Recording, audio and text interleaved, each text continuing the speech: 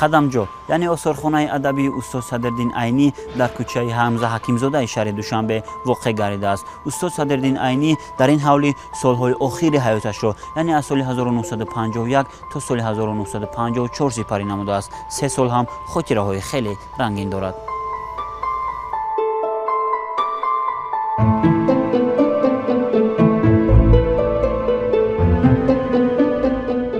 солҳои охири ҳаёташон устоди азизи мо ҳаёти худро дар анамин манзил сипарӣ кардагӣ ҳастанд.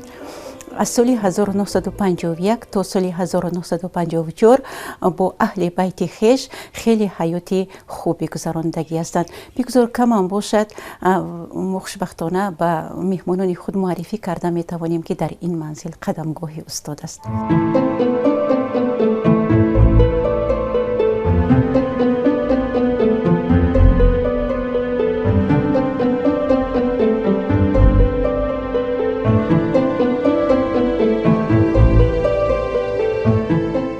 дастгоҳи чопӣ истеҳсоли қазон буда дар он солҳо ба ҳар кас дастрас набуд. аз сабабе ки устод солҳои охир бемор буданд, табибон иҷозат намедоданд ки устод бештар дастӣ кор кунад ва ҳамсарашон Сайёҳатбегим дар тарҷумаи асарҳо бо ана ҳамин дастгоҳи чопӣ ба устод ёрӣ мерасонд.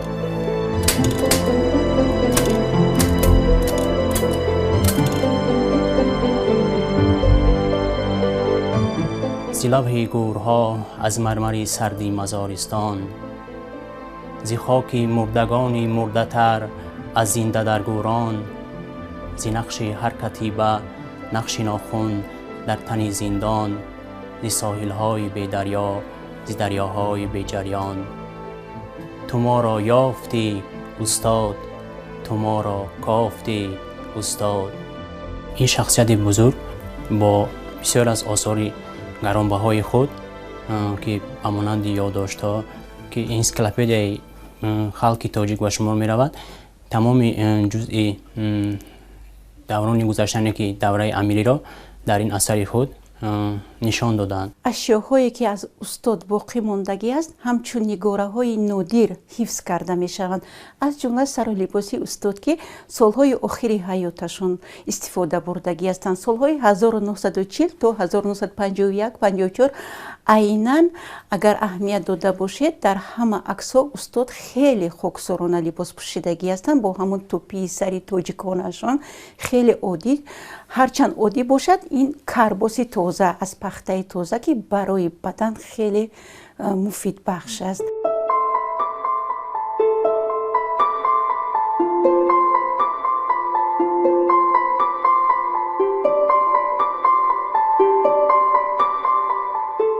вақте ки мо аз кор ва фаъолияти устод Садриддин Айнӣ бархурдор мешавем ки чӣ гуна дар ҷодаи зиндагӣ азобу машаққатҳои зиёдеро паси сар кардааст ва онҳоро мо ба чашм омада, масалан китобҳои устод Айниро ва он рассамҳоеро ки аз устод Айнӣ дар осорхона воқиф гаштаанд, онҳоро мо тамошо мекунем, бо чашми худ мебинем ки ин албатта боз як таъсири хубе масалан барои мо гузошта метавонад. ҳанӯз дар бухоро зиндагӣ мекарданд. хеле ҳамнишинон, дӯстон, рафиқони зиёде доштанд ки ба якдигар тӯҳфаҳо мекарданд. аз ҷумла ҳоҷи Абдулазизи Самарқандӣ, як шахсияте ки барои мусиқии классикии шашмақом хизмати арзанда кардагӣ ҳастанд. дӯсти наздики, дӯсту ҳамнишини наздики Домло Айнӣ буданд ки ҳамроҳ базмҳо ташкил мекарданд ва анамин тамбуре ки дар дасти ман аст, ин тамбур аз ҳоҷи Абдулазизи Самарқандӣ буда ба устод Айнӣ тӯҳфа шудааст. асо хеле зебост, бо нуқра ороиш дода шудааст. устод Садриддин Айнӣ ду то асо дошт, яке дар хонамузеи шаҳри Самарқанд, дигаре дар қадамҷояш шаҳри Душанбе нигоҳ дошта мешавад.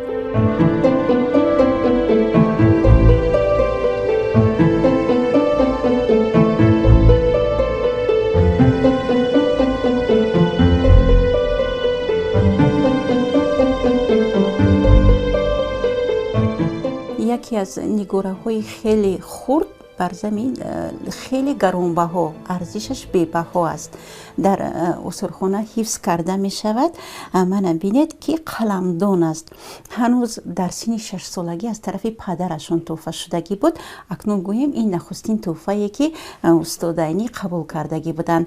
من بینید که سالها سپری شد. جشن 139 سالگی استاد عینی را ما جشن گرفتیم. این تحفه هنوز در سن 6 سالگی اقدام شدگی بود با استاد عینی. خب انا خیلی نگاره ها خیلی خوب حفظ کرده میشن، چون که برای نسل های من بعدم آنها همچون یادگار بیمونند. اون ذوق و شوق و رغبتی پسرشون را دیده پدرشون با اون کس یک قلمدان تحفه میکند، چون که بسیار میخواستن استاد عینی که تیزتر به نوشتن شروع کنند.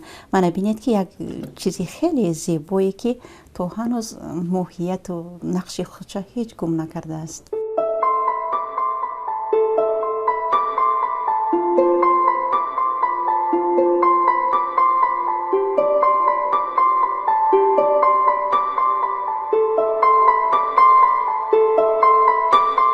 سال 1951 در حیات فرهنگی خلق تاجیک حادثه فراموش نشونده رخ داد.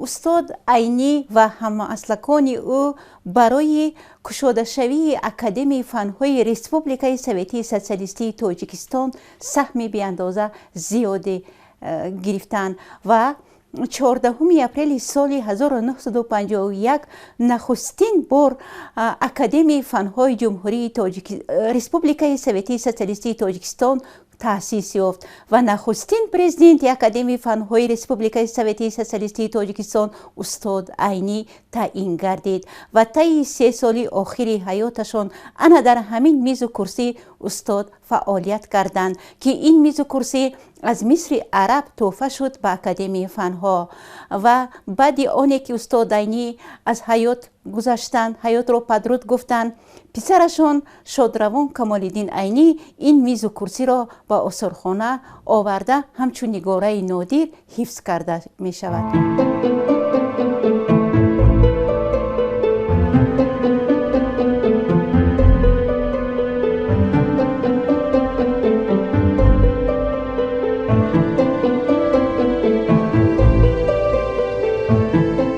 استاد عینی یک نسل خیلی خوبی دارند که در همین دوشنبه شهر زندگی دارند.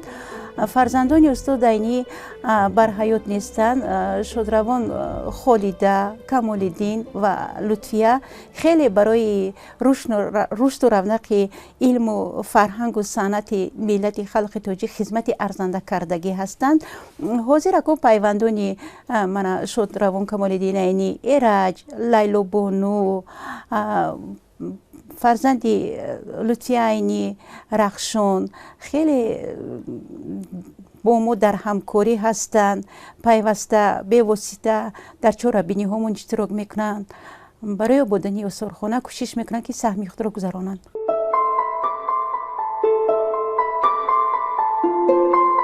در این تالاری که حاضر ما حضور داریم مجلسگاه نام دارد.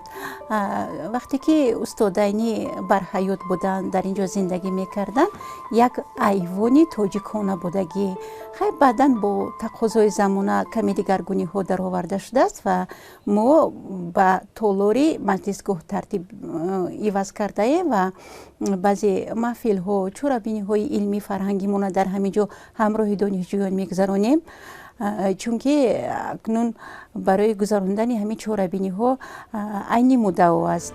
زی اعماق فراموشخانه های تیره تاریخ، زی خاکی که شده آماجگاه تیر بدخواهان، چو ابیاتی پریشانی که ماند از رودکی میراث، تو ما را جمع آوردی زی هر مجموعه و دیوان، تو ما را زنده گرداندی و ما را شناساندی. چو ایوانی ولنگاری که نه بام و نه دیوارش، چو دیواری حصاری که نه سنجی و نه بالارش، تو تاریخی خرابی خلق را ترمیم ها کردی، شناساندی به بنیادش، به فرهنگش، به آثارش، که ما هم آدمیم آخر و از این عالمیم آخر. سردفتر ادبیات معاصر تاجیک صدرالدین عینی برای تحکیم ادبیات برای گرامی داشتی زبان، برای یک پارچگی تاجیکستان مبارزه برده است. زیارت قدمجوی او کار است خیر و ثواب.